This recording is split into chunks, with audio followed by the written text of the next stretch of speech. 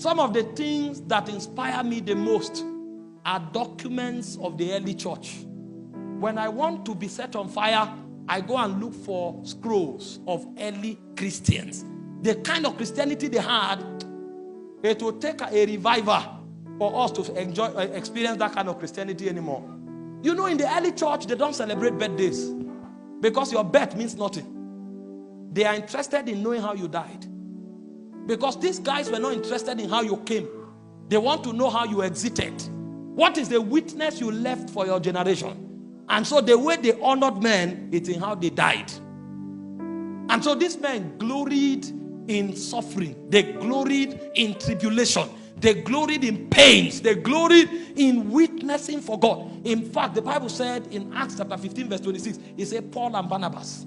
It said, these be the men that hazarded their lives for the gospel. Now, the gospel we are teaching now is the gospel of self-preservation, self-security, self-aggrandizement, and self-glorification. That's why we don't have power.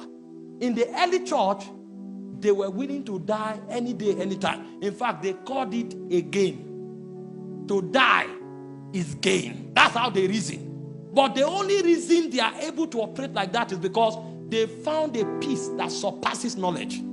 And that peace is the river of God. And so you will arrest a Peter that you want to kill him, and you will think he will beg.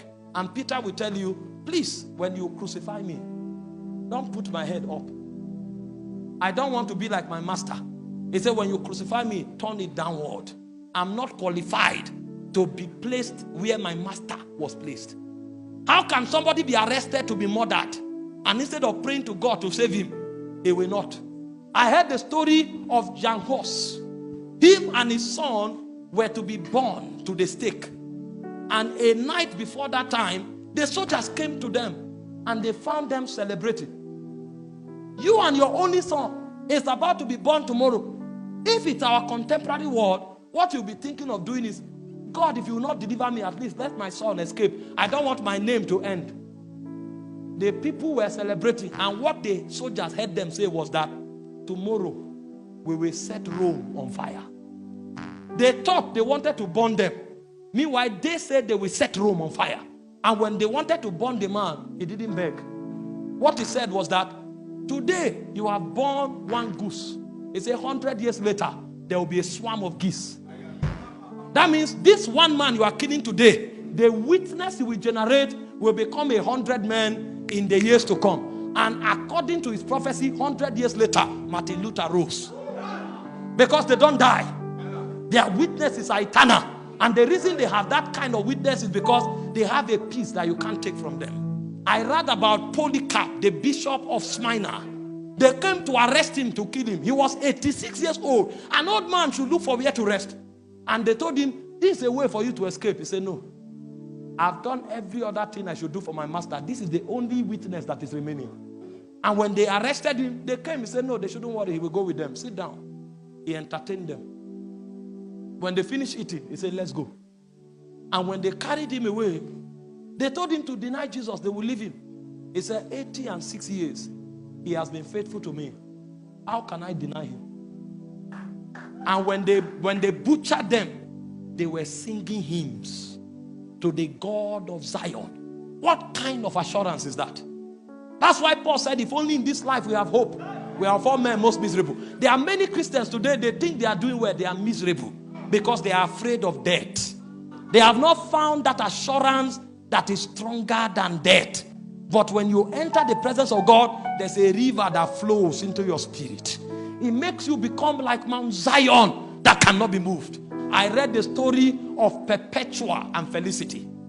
Pregnant princess was about to be killed. And they said the child is innocent. So they gave her 3 months to give birth. In 3 months, she didn't plan to escape. In 3 months, she was waiting for the day where she too will be honored enough to be a martyr. Because they saw martyrdom as the greatest honor in the kingdom. That's why James 1:12 said, even if we were beheaded, he said we will receive the crown of life. So to them, martyrdom was an honor. What kind of peace is that? It is a peace that surpasses knowledge. It's a peace that surpasses understanding. And this was the texture of witness that the early church brought. And true to what the people said, it was not a bluff. 3 days after she gave birth, they brought them to the arena naked. Do you know the pains a woman feels after giving birth? She is literally full of injuries.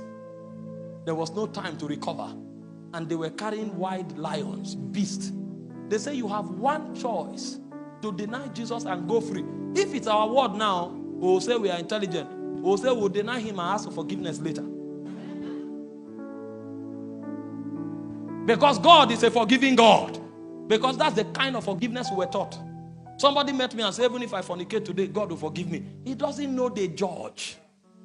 He only knows the Father. He doesn't know the judge. That God is a just recompense.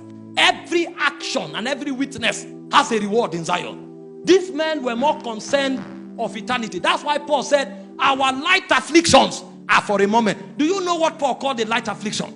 Is to be flogged 39 strokes 4 times. That's a light affliction to Paul. Is to be stoned to death and to rise up. Is to be imprisoned 3 times. That's a light affliction. Why did he call it a light affliction? He said they work for us an exceeding weight of glory. Why? He said, why we look not at the things which are seen, but the things which are not seen. He said the things which are seen, they are temporal. That means the prison is temporal. The embarrassment is temporal. The 39 stroke is temporal. There was a time Paul fell into the water. And Paul was in the ocean for 1.5 days. They forgot him. They thought he would die. Paul said 1.5 days I was in the deep. But when they brought him out, the man had become aquatic. He can't die.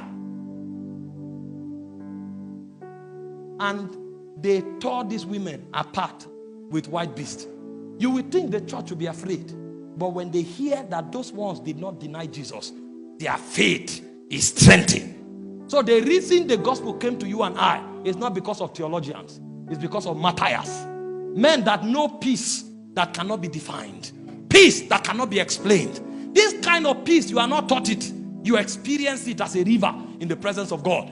The generation we have today that does not know the presence of God, they will deny Jesus 1,001 times. That's why people are denying Jesus on their job. Say, I'm a police officer. If I don't bring the bribe, I will lose my job. And so what? What is your job compared to eternity? Somebody comes and tells you, I don't have anything to eat. That's why I became a harlot. You are not a Christian. You were not taught correctly. Go and find out about the early church. It was an honor to be hungry for Jesus. The Bible said when the disciples were beaten, he said they returned to their company and they were giving thanks to God that they have been found worthy to be flogged for Jesus. All we know is in our brain. We are not witnesses. And it's because we've not drank of that water. The Bible said there's a river that flows from the throne of God. It said the streams, it maketh glad the city of God.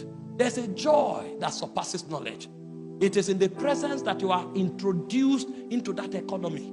That's where you will no longer bother what men say. Jesus said, blessed art thou when men persecute you for my name's sake. Because a blessing is not only a car.